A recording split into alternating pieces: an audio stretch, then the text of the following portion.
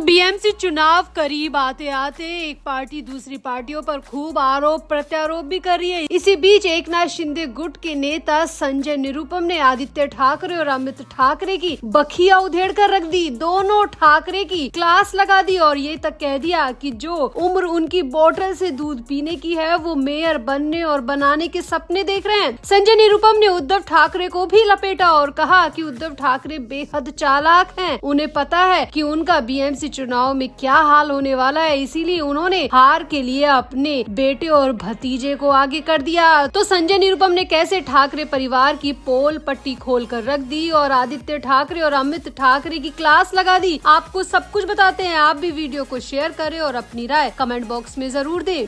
तो बीएमसी चुनाव को लेकर आए दिन किसी न किसी बड़े नेता का बड़ा बयान सामने आ रहा है। अब जैसे ही ठाकरे परिवार में आदित्य ठाकरे और अमित ठाकरे ने बीएमसी चुनाव की बागडोर संभाली तो वैसे ही अन्य पार्टियों के आरोप प्रत्यारोप शुरू हो गए हैं। हाल ही में आदित्य ठाकरे और अमित ठाकरे ने मिलकर एमएनएस और यूबीटी का संयुक्त मैनिफेस्टो भी जारी कर दिया था और इसके बाद में मैनिफेस्टो के जारी होने के बाद में पार्टियों से अलग अलग बयान सामने आ रहे हैं। वहीं अपनी पार्टी में उन्हें जहां तारीफ मिल रही है, वहीं दूसरी पार्टियां इस मैनिफेस्टो की और आदित्य और अमित ठाकरे की जमकर क्लास लगा रही है। इसी बीच एकनाथ शिंदे गुट के नेता संजय निरुपम सामने आए और संजय निरुपम ने आरोप लगाया कि जब 25 साल के शासन में शहर की बुनियादी समस्याओं का समाधान नहीं किया जा सका तो अब ऐसे मैनिफेस्टो का क्या फायदा है। ये मैनिफेस्टो सिर्फ जनता को भ्रमित करने के लिए बनाया गया है। संजय निरुपम ने यहाँ पर यह भी कहा कि आदित्य ठाकरे और अमित ठाकरे अभी बहुत ही नासमझ है, बच्चे के समान है। उनकी समझ के हिसाब से मैं तो ये कहूँगा कि उन्हें बोतल में दूध भर के दे दो, क्योंकि उनकी समझ के बराबर उनकी बुद्धि इतनी है कि उन्हें बोतल से दूध पिलाया जाए। इससे ज्यादा उन दोनों से किसी काम की उम्मीद करना या करवाना बहुत ही ज्यादा बेकार और गलत फैसला है। यहाँ पर संजय निरुपम ने ये भी कहा कि उद्धव ठाकरे बहुत चालाक है। उद्धव ठाकरे को अच्छी तरह पता है कि बीएमसी चुनाव में उनकी पार्टी का और राज ठाकरे की पार्टी का क्या हाल होने वाला है, इसीलिए उनके ऊपर किसी भी तरह के आरोप प्रत्यारोप ना हो, इसीलिए अपने बेटे और भतीजे को आगे कर दिया ताकि हार का सारा ठीकरा आदित्य ठाकरे और अमित ठाकरे पर फूटे और दोनों भाई बचे रहे। संजय निरुपम ने कहा कि उद्धव ठाकरे शुरू से ही चालाक रहे और अब उनकी चालाकी का पर्दाफाश हो चुका है। कैसे वो मासूमियत का चोला ओढ़कर प्लानिंग करते हैं, साजिश करते हैं और इस बार लेकिन उनकी प्लानिंग चुनाव से पहले पकड़ी गई, क्योंकि चुनाव में उनकी हार पक्की है और इसीलिए उन्होंने पहले ही आदित्य ठाकरे और अमित ठाकरे को आगे कर दिया ताकि हार का जितना भी ठीकरा फूट ना हो वो आदित्य और अमित ठाकरे के सिर पर फूटे और उद्धव ठाकरे और राज ठाकरे महफूज रह जाएं। संजय निरुपम ने कहा कि मैंने उद्धव ठाकरे को बहुत करीब से देखा है। पहले जब मैं कांग्रेस में हुआ करता था तब उद्धव ठाकरे से मेरा बहुत मिलना जुलना होता था और उद्धव ठाकरे की मैं इन आदतों से बहुत अच्छी तरह वाकिफ हूँ। उद्धव ठाकरे को पहले से पता है कि उनका चुनाव में क्या हाल होने वाला है, इसीलिए वो खुद पर बुराई मोल लेना नहीं चाहते, इसीलिए अपने बेटे और भतीजे को वो आगे कर रहे हैं ताकि जितना भी हार का बॉम्ब फूटे, जितना भी गुस्सा निकले वो सब आदित्य ठाकरे और अमित ठाकरे के सिर पर निकले। संजय निरुपम ने यहाँ पर यह भी कहा कि उद्धव ठाकरे को अगर मुंबई की जनता की जरा भी फिक्र होती तो पिछले 25 सालों में उन्होंने क्या किया इसका पहले जवाब दे।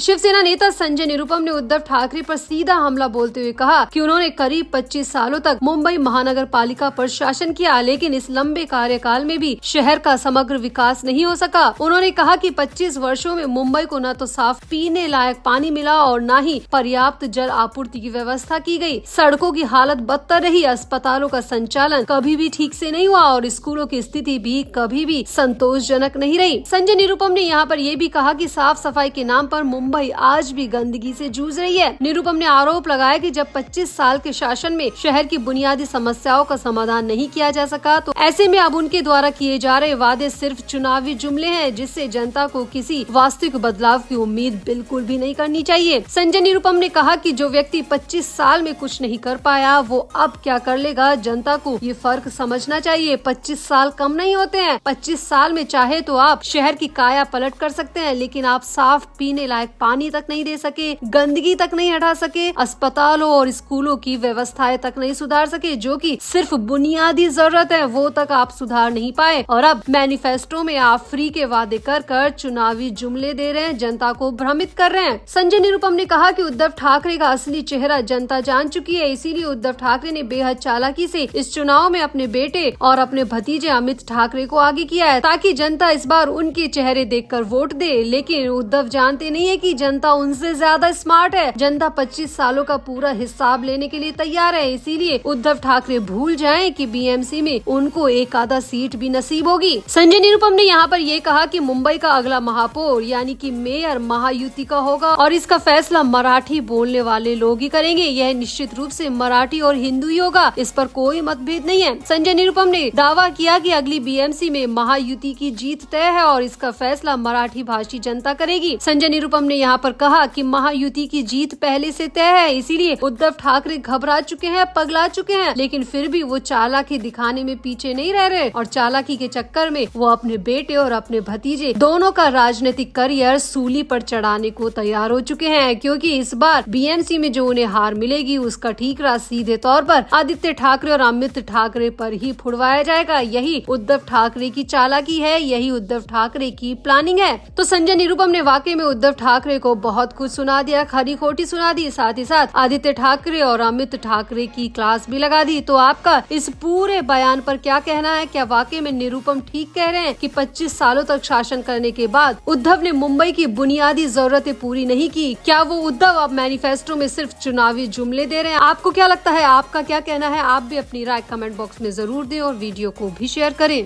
तो मुंबई मीडिया से खबरें आ रही है कि शिवसेना यूबीटी प्रमुख उद्धव ठाकरे महाराष्ट्र नवनिर्माण सेना एमएनएस के चीफ राज ठाकरे के शिवाजी पार्क स्थित घर पहुंचे हैं और दोनों के बीच 1 घंटे तक गठबंधन और सीट बंटवारे पर चर्चा हुई है। लेकिन यहाँ पर सच्चाई सिर्फ इतनी भर नहीं है, बल्कि इसके पीछे असल वजह कुछ और है। उद्धव ठाकरे अचानक से राज ठाकरे के घर पहुंचे हैं, इसके पीछे की जो वजह आ रही है वो आप सुनकर दंग रह जाएंगे। दरअसल खबर आ रही है कि उद्धव ठाकरे अपनी पार्टी में मचे कोहराम से बहुत ज्यादा परेशान है, क्योंकि लगातार उनकी पार्टी से बड़े बड़े नेता इस्तीफा दे रहे हैं। हाल ही में युवा सेना पार्टी की उपनेता शीतल देवरुख शेठ ने भी पार्टी से इस्तीफा दे दिया। इसके अलावा वर्ली में भी कई नेताओं ने लगातार इस्तीफे दे दिए और ये सभी बीजेपी में शामिल हो रहे हैं, जिसके बाद उद्धव ठाकरे बहुत ज्यादा टेंशन में आ चुके हैं। उद्धव ठाकरे एंजाइटी का शिकार हो गए और उनका स्ट्रेस लेवल इतना ज्यादा बढ़ चुका है कि 4 दिन से, जी हाँ पूरे 4 दिन से उद्धव ठाकरे की आंखें एक पल के लिए भी नहीं लगी है। यानी कि 4 दिन से उद्धव ठाकरे सोए ही नहीं है, बिना सोए वो 4 दिन से जाग रहे हैं और इसके बाद उद्धव की हालत बिगड़ती ही जा रही है।